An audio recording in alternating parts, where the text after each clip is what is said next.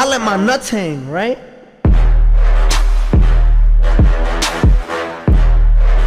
这是 FIFA 中的 Burst Super Sub 吗？这是 FIFA 中的 Burst Super Sub 吗? And what's happening, boys? And today we are going to find out if 84 Jonathan Aparecido Silva, aka the Suwon Ronaldo, is one of the best super subs in FIFA 20, alongside the likes of Vela, alongside the likes of Ultimate Scream Giovinco, as well as that player of the month, Josef Martinez. But we're about to get into it, boys. A little bit of a chill video. I unlocked this card about a week and a half ago, and I was waiting for a day where we didn't have anything crazy in terms of content to be able to get this video out to you guys, but I've been very, very excited to do so as well. We're going to be linking him up with this guy right here, Cunha, who is the Bundesliga League SBC. This one goes for about 320,000 coins if you don't have anything already, and then the Jonathan costs about, I think, 100,000 coins. Last time I checked, it was just over 104,000 coins on the Xbox if you have no players in your club already. So give or take maybe 10 or 15k. In terms of that pricing. But we're about to dive into it, boys. Like I always say, if this video helps you figure out if maybe you want to unlock a card like Jonathan, drop a mad lad like on the video. If you guys are new to the channel, hit that subscribe button down below. But there's a lot of things to like about this card. 5-star weak foot, 4-star skill moves. Eder was the other option. He's 4-star, has a little bit better composure. But in terms of stats that pop out at you, this Jonathan card definitely looks like he fits the bill. And we are going to find out today if that translates into performance in the game. But before we do that, speaking of Brazilian players, whenever we take a look at Brazilian players, it makes me think of the World Cup. Isn't there a World Cup coming up? We interrupt your regularly scheduled programming to bring you some breaking news regarding the 2022 World Cup in Qatar.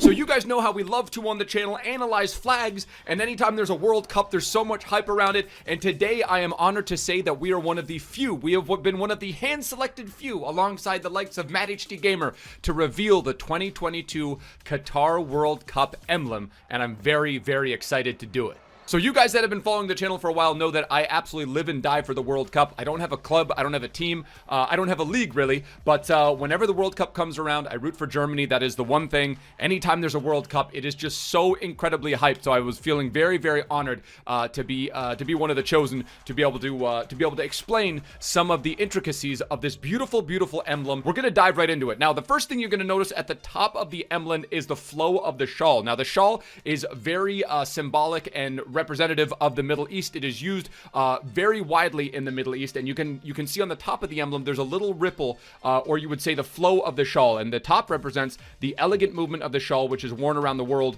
by a variety of people and in various styles. So we start at the top, and the coolest thing about the emblem is the infinity symbol and the figure 8. So the infinity symbol is meant to represent lasting relationships that you get from an event like that. Now, I went to the 2018 Russia World Cup, and I forged friendships, whether it was going out for a night, whether it was people that I traveled there with. There's going to be memories I have from that 2018 World Cup that I'm never ever going to forget. The 2014 World Cup, obviously when Germany won it, that is what the infinity symbol represents, and you guys know it sort of looks like an 8, but it represents infinity. Now, the infinity symbol looks strikingly similar and bears very much a resemblance to the figure 8, which is exactly what it's meant to do. The number 8 also represents how many stadiums there's going to be at the World Cup in Qatar. The emblem looks like the World Cup trophy, the same World Cup trophy that Germany lifted in 2014. That's why they got this 4th star right here. Last but not least, we're looking at the decorative elements, which in my opinion is probably the thing that pops off the emblem the most. I think of the 2014 emblem with the green and blue for Brazil, representing the ocean and the jungle. The 2018 Russia World Cup, one which I was fortunate enough to attend,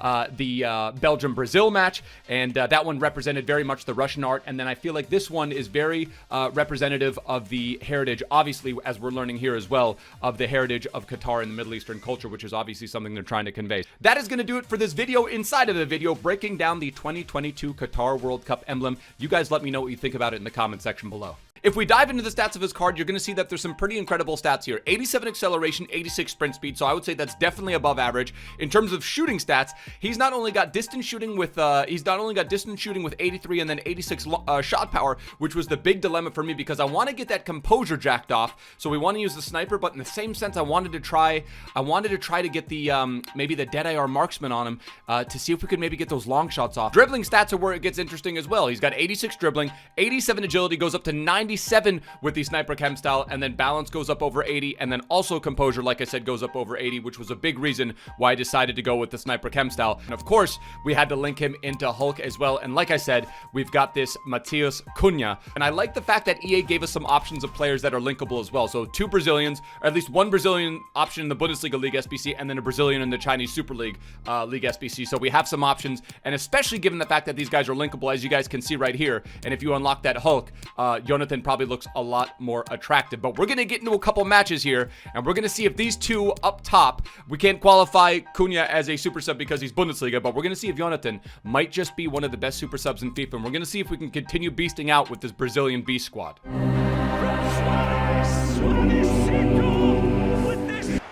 Test. There he is. There's the man of the hour wearing the Dia de Muertos kit. Yo, this thing looks fire, dude.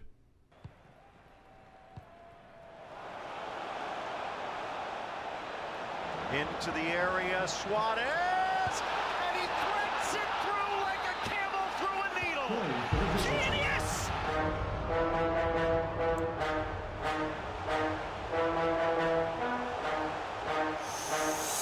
Woo! What?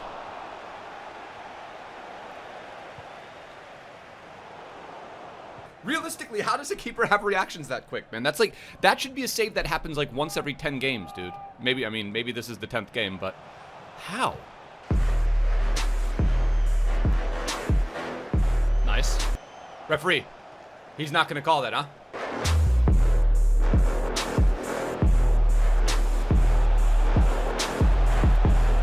Post. That usually works. Here we go, body feint, and that's going to be in.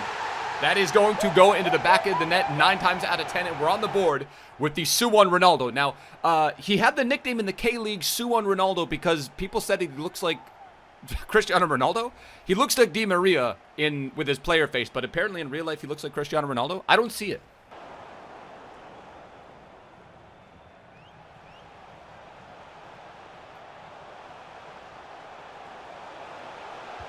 I am in shock. Come on, please finish this. Yes! 2-1. I'm sorry. That was such a disgusting looking goal. I am in shock. First half impressions, literally 50-50. He missed one and he made one. The one he missed, I wouldn't expect. I'd expect the top end striker to make it, but the one that he did miss, I feel like was a fair miss, to be honest with you. But he does get himself a goal. Matheus Cunha also gets himself a goal. We were at 4 shots on target with 5 total shots, 51% possession, and this guy's good. I mean, he obviously got off he got off to a hot start with that Luis Suarez goal, but I don't think he's a match for Mad Lads FC at home at Al Jaid. It's Mascherano botting off Anthony Martial. It's a good. It's a positive play for Mascherano if you guys are looking at getting the flashback Maski done. Mascherano. That's tough. I'm putting that one on PK. I'm putting that one on PK not getting in position.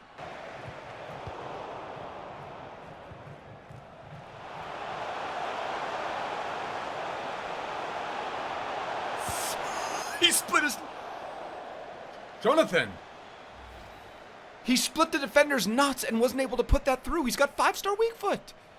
You've got 5-star weak foot with 90... That should be 95 plus finishing. And then 82 or 83 composure, and you can't put that through. Why?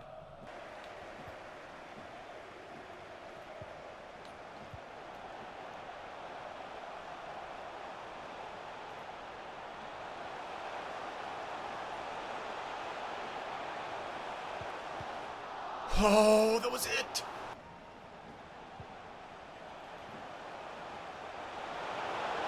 This is not just a dream, it's a wet dream of orgasmic proportions. Jonathan with the finesse shot. Almost feels like he doesn't. Almost felt like he didn't have the weak foot, to be honest with you. I mean, that was a huge. What is this? Rage quit. For what? Why? That was a huge selling point on the card, was the fact that he does have that 5-star weak, which obviously means that he can shoot in theory, as good with his left as he can with his right.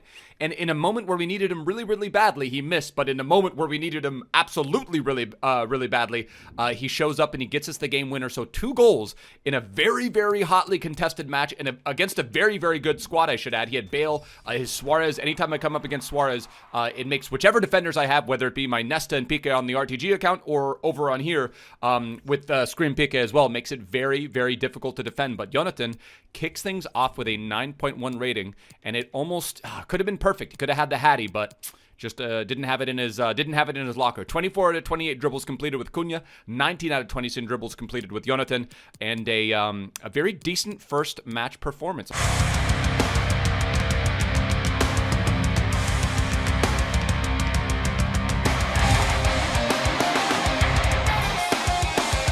God, make this.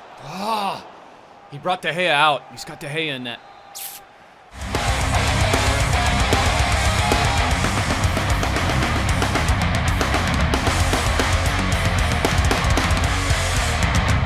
Yo, Matheus Cunha, man. This wasn't even supposed to be his epi, and he's kind of hijacked it.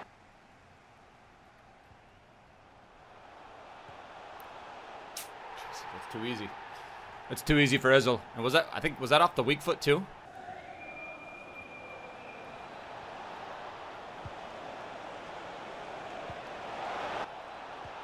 There we go. It's got to be in. That's the confidence goal that we were looking to score with him the entire game. Brian Horder to Zach Pascal. Hey, let's go, dude. My fantasy boys. My fantasy team is popping off right now, dudes. Let's go. Here we go, peek.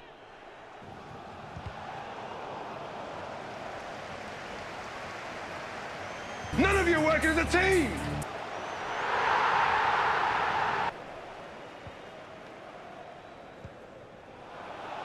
Gone.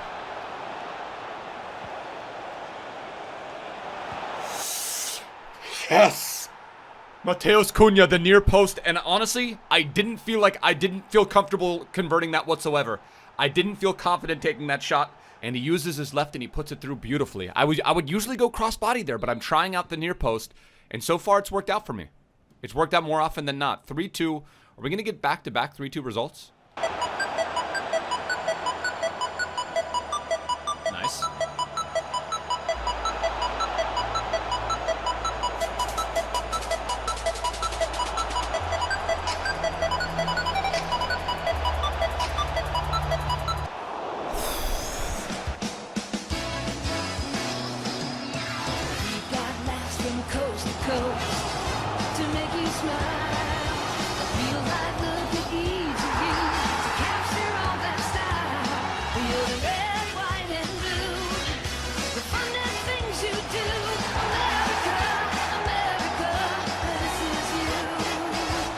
His card so good? How is 83 Zaha still so good? He's going to be good till like team of the season. Match number 2, we get the 9.3 rating for Cunha, and then we get the 9.0 rating for Jonathan. Cunha gets the 2 goals. Was very, very impressive. Almost more so than Jonathan, to be honest with you. Boys, so you already know what it is. We've got the Infinity Gauntlet out now. In terms of value, given that he's 100,000 coins, given that you get a decent amount of coin value back from the Chinese Super League SBC, at the very worst, you also have a player that's Brazilian that you could link into one of your Premier League sides, or any side that you're using, either a full Brazilian or somehow linking him in. I am going to give him a 3 out of 5. I'm not going to give him a perfect 4 just because he is off league, but Brazil makes up for it big time. 3.5 out of 5 is a respectable value for this card. In terms of on the pitch performance, I am also going to give it a 3.5 out of 5. Was a little bit underwhelmed by the 5-star weak foot. Felt like that should have worked better. That is going to do it for the episodia, boys. Hopefully you guys have enjoyed. Cunha was very, very good as well. Was actually probably more impressed with Cunha than I was with Jonathan, but Cunha costs about 305,000 coins, so it's a hefty price to pay for an untradeable. Obviously, a larger reason why people would do a League SBC is not just for the player, but also for the packs, aka Pieface, who I think has done the Bundesliga SBC, I think 7 times already somehow, but absolute mad lad. But that's going to do it, boys, for the epi. Hopefully you guys have enjoyed. Like I always say, if you guys do enjoy and you find these SBCs, these players who I've used useful, drop a mad lad like on the video. If you guys are new to the channel, hit that subscribe button down below. I will catch you guys for another upload tomorrow. Till next time, my bros, choose. Oh, streaming 27 games of Weekend League over on Mixer tonight.